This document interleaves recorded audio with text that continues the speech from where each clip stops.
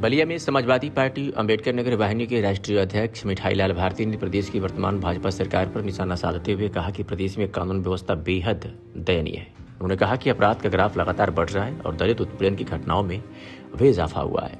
पीड़ितों को न्याय मिलना लगभग असंभव होता जा रहा है। अपने आवास पर मीडिया को साक्षात्कार देते हुए श्री भारती ने कहा कि प्रदेश की जनता सपा के राष्ट्रीय अध्यक्ष अखिलेश यादव की उस आशा भरी निगाहों से देख रही है और आगामी विधानसभा चुनाव में सपा को अपार सफलता मिलने की संभावना है। उन्होंने कहा कि दलित और शोषित समाज को वर्तमान सरकार अनेक प्रलोभन दिखाकर अपने पक्ष में करने का प्रयास कर रही है, लेकिन जनता इन दावों को महज जुमला मान रही है और पीडीए के पक्ष में जुड़ती जा रही है। एक अन्य प्रश्न के जवाब में उन्होंने पूर्व बसपा सरकार के मिनी मुख्यमंत्री नसीमुद्दीन सिद्दीकी के सपा में शामिल होने को अल्पसंख्यक समुदाय के लिए सपा के लिए लाभकारी बताया। उन्होंने कहा कि दलित और अल्पसंख्यक वर्ग का मत सपा के खाते में बड़ी संख्या में जाने की संभावना है। श्री भारती ने भी कहा कि प्रदेश के मतदाता पीडीए का मतलब समझ चुके हैं और आगामी विधानसभा चुनाव में सपा के पक्ष में वोट देंगे। उन्होंने कहा कि लोकतंत्र और संविधान की रक्षा के लिए प्रदेश के मतदाता सपा के साथ खड़े होंगे। अंत में उन्होंने प्रदेश के मतदाताओं से अपील की कि वे प्रदेश की सुरक्षा, समृद्धि और अमन चयन के लिए सपा के साथ आएं और हमारे नेता अखिलेश यादव के हाथ को मजबूत करें। मिठाई लाल भारती, राष्ट्रीय अध्यक्ष समाजवादी पार्टी, बाबा साहब अम्बेडकर वाहिनी।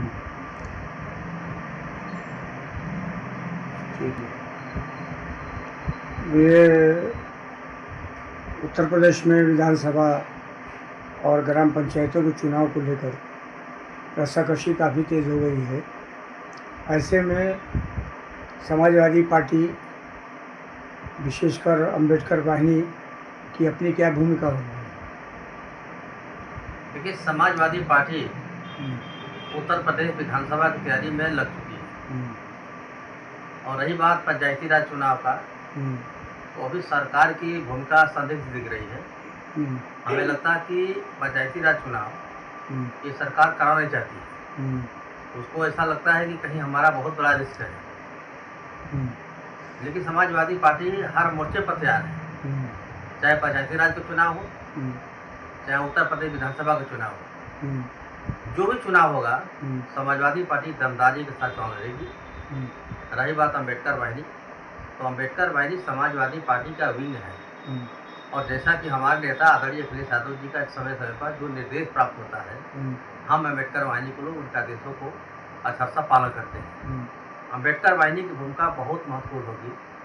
जैसा कि आप सबको पता है कि जब से अम्बेडकर वाहिनी गठन हुआ है और खास तौर से उत्तर प्रदेश के अंदर जो लोकसभा का चुनाव हुआ 2024 में, 2024 के चुनाव में अम्बेडकर वाहिनी, और यह मैं कह सकता हूँ कि संविधान बचाने के लिए संपूर्ण दलित समाज ने एक क्रांतिकारी बिगुल फूंका और समाजवादी पार्टी इंडिया गठबंधन का साथ दिया, जिसका परिणाम उत्तर प्रदेश में समाजवादी पार्टी नंबर 1 की पार्टी बनी और देश की तीसरी ताकत बनी। और उसी तर्ज पर मैं समझता हूँ कि 27 का चुनाव भी होगा और अम्बेडकर वाहिनी की और खासतौर से बहुजन समाज, दलित समाज की महत्वपूर्ण भूमिका होगी। बीजेपी के एक प्रवक्ता ने कहा है कि पीडीए जो है ये परिवार डेवलपमेंट पार्टी है। आप इसको किस नज़रिए से देखते हैं? पीडीए का मतलब होता है बहुजन समाज, जिसको माननीय कांशीराम साहब ने बहुजन समाज की बात कही थी और माननीय कांशीराम साहब ने हमेशा कहा कि बहुजन समाज को इस देश का शासक बनाना चाहता हूँ और पीडीए ही उसी का दूसरा रूप है। बहुजन समाज और बहुजन समाज का दूसरा नाम है पीडीए। और भारतीय जनता पार्टी क्या कहेगी छोड़िए, उसकी कथनी करने बड़ा अंतर है। ये भारतीय जनता पार्टी तो पीडीए विरोधी है। वो कभी पिछड़े, कभी दलित, कभी माइनॉरिटी को कभी सपोर्ट नहीं कर सकती। इसलिए पीडीए कॉन्सेप्ट बहुत बड़ा कॉन्सेप्ट है जो माननीय कांशीराम साहब ने बहुजन समाज बनाया, उसी का दूसरा नाम है पीडीए, जिसको हमारे नेता आदरणीय अखिलेश यादव जी पीडीए के नाम से एक आंदोलन खड़ा कर दिया है, जिन्हें हम बहुत प्रसन्नता के साथ पीडीए जननायक कहते हैं। कभी माननीय कांशीराम जी को हम लोग बहुजन नायक कहते हैं, तो माननीय अखिलेश यादव जी पीडीए नायक है। दूसरी बात ये कि अभी आपके मिनी मुख्यमंत्री रहे नसीमुद्दीन सिद्दीकी साहब ने पार्टी का दामन छोड़ के कांग्रेस में चले गए, फिर कांग्रेस से अब सपा में चले गए। इसका कितना प्रभाव बहुजन समाज पर पड़ सकता है, अल्पसंख्यकों पर पड़ सकता है? माननीय नसीमुद्दीन सिद्दीकी बड़े नेता हैं। पहले तो उनका समाजवादी पार्टी में हम स्वागत करते हैं, जिनका फैसला बहुत सराहनीय रहा है। और निश्चित रूप से कह सकता हूँ कि वो मानव कांसी राम जी के पक्के शिष्य हैं, अम्बेडकरवादी विचारधारा के व्यक्ति हैं। और वो समाजवादी पार्टी जब वो आए हैं तो हमें और ताकत मिलेगी। उनके आने से मुस्लिम समाज तो खुश है ही, मैं समझता हूँ बहुजन समाज के लोग भी बड़े पैमाने पर खुश हैं।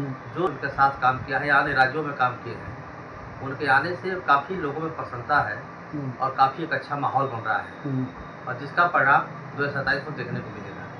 प्रदेश में कानून व्यवस्था के बारे में आप क्या कानून व्यवस्था तो आप समझ लीजिए कि ध्वस्त है। और अभी जो गृह विभाग का जो रिपोर्ट है, उस रिपोर्ट के अनुसार तो उत्तर प्रदेश में दलित क्राइम के मामले में भारतीय जनता पार्टी की सरकार नंबर 1 पर है। ठीक है सर।